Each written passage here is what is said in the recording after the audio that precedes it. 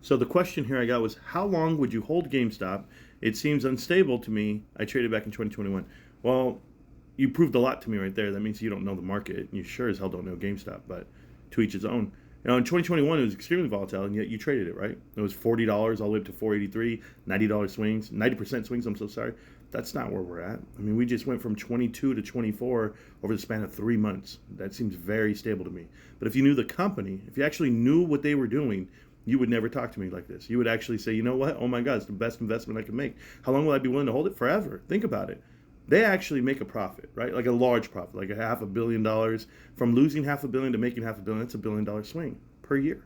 Then you look at them top line, they're at $3 billion in sales. So to generate 1/3 of that in profit, that tells you a lot, because that's what this company's going to be doing moving up real soon. They're efficient, more efficient than they've ever been. But let's talk about cash on hand, right? So they have about $10 billion going up to $11 billion cash after this latest warrant offering. And you're going, okay, they have $11 billion.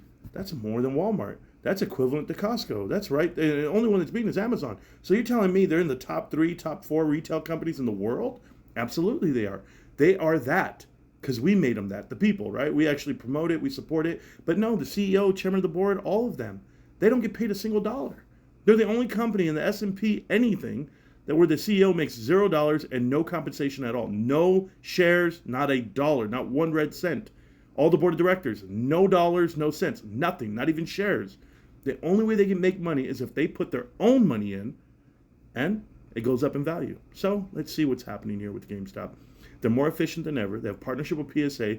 They sell the most Pokemon cards in the world. Maybe you've heard about Grand Theft Auto 6 coming out. Maybe you saw the Nintendo's breaking records with Switch 2. But everything out there is just running better. In 2022, 16% gross profit margin. Terrible company. Guess what they're doing now? Over 30% gross profit margin. They're 2xing our profit margins.